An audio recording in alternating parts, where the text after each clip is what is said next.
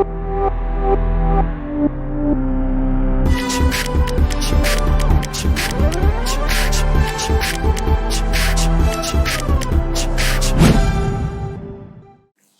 बच्चों, अब हम पढ़ने वाले हैं एडोलेसेंस, देन ड्रग्स और अल्कोहल अब्यूज। ठीक है। So what is adolescence? So basically adolescence क्या होता है? Period from childhood to adulthood, है ना। एडोलेसेंस क्या होता है? ग्रोइंग पीरियड, है ना। तो period from childhood to adulthood, मतलब 13 to 18 ईयर्स बोल सकती हूँ मैं। 13 to 18 years, that is known as adolescence, है ना। तो जब आप एडोलेसेंस में आते हैं, लाइक आप भी जो है, आप सब एडोलेसेंस वाले ही होंगे, है ना। तो इस टाइम पे आप क्या फील करते हैं? You feel independent. आपको ऐसा लगता है कि आप खुद के डिसीजंस खुद ले सकते हैं, राइट। तो मेंटली, इमोशनली, फिजिकली बहुत सारे चेंजेस जो है एक एडोलेसेंस में आते हैं। ठीक है। आपको ऐसा लगता है कि अब आप बड़े हो रहे हो तो आप कोई नीड नहीं है कि आप अपने पेरेंट्स से कोई परमिशन लो। ठीक है। आपको लगता है आप बहुत ही ज्यादा इंडिपेंडेंट हो and you can take your own decisions. ठीक है। साथ ही साथ आप सोचते हो आप बहुत नए फ्रेंड्स बनाए। ठीक है। एंड आपको घूमना फिरना ये सब बहुत ज्यादा पसंद आने लगता है एडोलेसेंस एज में, right. But the thing is बच्चों, ठीक है, चेंजेस आते हैं, बट कितने जन क्या होते हैं, वो गलत संगत में पड़ जाते हैं किसी एज में, एडोलेसेंस में ही, है ना। बिकॉज वो देखते हैं कि अच्छा स्मोक कर रहा है ये, चलो मैं भी स्मोक करता हूँ कूल बनने के चक्कर में। अच्छा, अल्कोहल का टेस्ट कैसा होता है, लेट्स टेस्ट, मतलब टेस्ट करके देखते हैं ना क्या होगा, क्या किसको पता चलेगा, मम्मी पापा कौन से पीछे पीछे आ रहे हैं, है ना। तो चलो एक बार अल्कोहल ले लेते हैं।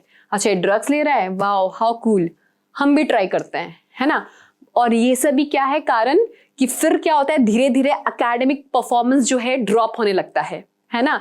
जो पर्सन है वो बहुत ही रिबेलियस हो जाता है ना। वो अपनी फैमिली में इंटरेस्ट लूज करने लगता है। उससे कोई मतलब नहीं होता कि हाँ चलो मॉम डैड के साथ टाइम स्पेंड करें या बातें करें। वो बहुत ही एग्रेसिव हो जाता है। फिर अगर आप ड्रग्स के ट्रैप में फंस जाते हो तो क्या आदत हो जाती है कि भाई बॉडी को तो वो चाहिए ही चाहिए, है ना। ड्रग्स कोई लेता है तो हाँ आफ्टर सर्टेन टाइम ऐसा होता है कि उसे वो पर्टिकुलर डोज चाहिए ही चाहिए, अदरवाइज बहुत रेस्टलेसनेस होने लगता है, एंजाइटी होने लगती है। फाइन, तो क्या करते हैं, आप पैसे आपके पास तो है नहीं, आप तो कमा सकते नहीं है, तो फिर कोई बच्चा क्या करता है, चोरी चकारी में फंस जाता है, स्टीलिंग और करने लगता है घर से ही, राइट। तो एडोलेसेंस जो एज होता है it is a growing period बच्चों। क्या नाम है? Growing period. तो इट डिपेंड्स ऑन यू कि आप इसका कैसे यूज कर रहे हैं। अगर एडोलेसेंस एज में आप बहुत सारी एक्टिविटीज ज्वाइन कर रहे हैं तो क्या होगा, आप प्रोग्रेसिव की ओर बढ़ रहे हो। और वही एडोलेसेंस एज में अगर आपने ये अल्कोहल ड्रग्स ये सब शुरू कर दिया तो आप रेट्रोग्रेसिव की तरफ बढ़ रहे हो। आई बात समझ में? क्लियर हुआ? तो adolescence is basically what? Growing period. तो इस ग्रोइंग पीरियड का क्या करना चाहिए, इंसान को यूज करना चाहिए, ना कि मिसयूज करना चाहिए ड्रग्स और अल्कोहल में फंसकर। क्लियर है ये बात? फाइन, चलिए अब क्या होता है, जैसे ड्रग्स जो लेने लगते हैं, है ना। तो ड्रग्स किस लिया जाता है? Through syringes, through needles, intravenously. तो इंसान को एड्स या फिर हेपेटाइटिस बी ये सब हो सकता है। ठीक है, क्योंकि एक पर्सन है उसको एड्स है फॉर एग्जाम्पल, एंड वही सिरिंज कोई दूसरा पर्सन यूज कर रहा है इंट्रावेनसली, तो वो ट्रांसफर हो जाएगा, ट्रांसमिट हो जाएगा, राइट।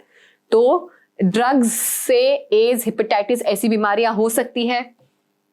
अल्कोहल से आपको पता है आपका लीवर जो है वो डैमेज होता है, लीवर की सेल्स डैमेज हो जाती है, उसे हम बोलते हैं सिरोसिस। ठीक है, जो लीवर की सेल्स है वो डैमेज हो जाती है, that is referred as cirrhosis. ठीक है, अच्छा कितने स्पोर्ट्स पर्सन जो है वो अपना परफॉर्मेंस अच्छा करने के लिए ड्रग्स लेते हैं, जिसे हम क्या बोलते हैं, एनाबॉलिक स्टीरॉइड। एनाबॉलिक स्टीरॉइड, ठीक है। अब ये एनाबॉलिक स्टीरॉइड लेने के क्या बहुत सारे साइड इफेक्ट्स भी है। कैसे साइड इफेक्ट्स है? अगर कोई मेल ये ले रहा है तो उसमें फेमिनाइन कैरेक्टर्स जो है वो डेवलप होने लग जाते हैं, ठीक है, और कोई फीमेल ये ले रही है तो उसमें मेल लाइक कैरेक्टर्स डेवलप होने लगते हैं, ठीक है। अब समझो कोई फीमेल है, उसने अपना कोई भी एक्टिविटी है, समझो स्पोर्ट्स का, एथलीट्स का, तो उसमें परफॉर्मेंस इंक्रीज करने के लिए एनाबॉलिक स्टीरॉइड ले लिया है, तो क्या होगा, इर्रेगुलर मेंस्ट्रुअल साइकिल, ठीक है, ग्रोथ ऑफ हेयर्स बहुत बढ़ जाएगा in different regions of the body, like that. अगर कोई मेल ले रहा है तो उसमें जो टेस्टिकल्स का साइज है, टेस्टिकल्स का साइज है वो छोटा होने लगेगा, स्पर्म काउंट कम होने लगेगा, ठीक है। तो बेसिकली जो एनाबॉलिक स्टीरॉइड्स लेते हैं sports person to enhance their performance, that is also very very very harmful. Clear हुआ ये बात? फाइन।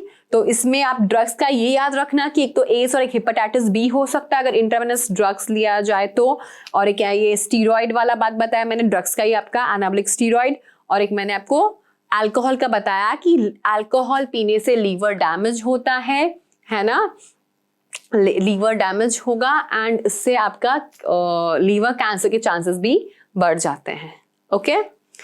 अब क्या करें? Prevention of drugs and alcohol, avoid undue peer pressure. बच्चों अब ये मत देखो कि हाँ आपके फ्रेंड्स क्या कर रहे हैं, आप ये देखो क्या सही है क्या गलत है ना, और कोई भी प्रेशर फील मत करो, ना पढ़ाई का प्रेशर ना कुछ प्रेशर। सी सबका अलग अलग कैपेबिलिटी होता है, आप अपना कैपेबिलिटी देखो और उसे एनहांस करो। एंड सी पढ़ना तो पड़ेगा ही, ठीक है, तो ऐसा नहीं कि हाँ पढ़ाई के स्ट्रेस की वजह से आप ये अल्कोहलिज्म और ये सब में ड्रग्स और में चले गए, ऐसा नहीं। फाइन। जब भी आपको कोई प्रेशर फील होता है, talk to your parents, talk to your teachers, है ना, अपने घर में एल्डर्स, बड़े भाई बहन है, उनसे बात करो। बट ये मतलब बिकॉज ऑफ लाइक प्रेशर आपको ये गलत संगत में, गलत हरकत में कि हाँ चलो कोकेन ले लेते हैं, हेलुसिनेशन होगा, फिर इफेक्ट खत्म हो गया उसके बाद, और ऊपर से उसने आपकी सीनियर्स को हार्म किया, उसका क्या, right. So avoid undue peer pressure. Then educating and counselling to face problem, stress, to accept failure etcetera.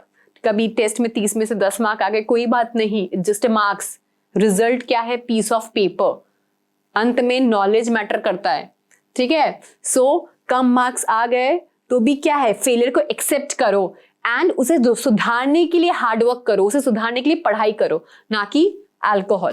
समझ में आया? Help from parents and piers.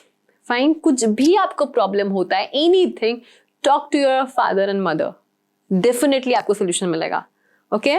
And अगर बहुत ज़्यादा प्रॉब्लम है आपको एंड आपको रिहैब सेंटर जाना है, कुछ भी ऐसा, प्रोफेशनल हेल्प और मेडिकल हेल्प भी आप ले सकते हैं। आई बात समझ में?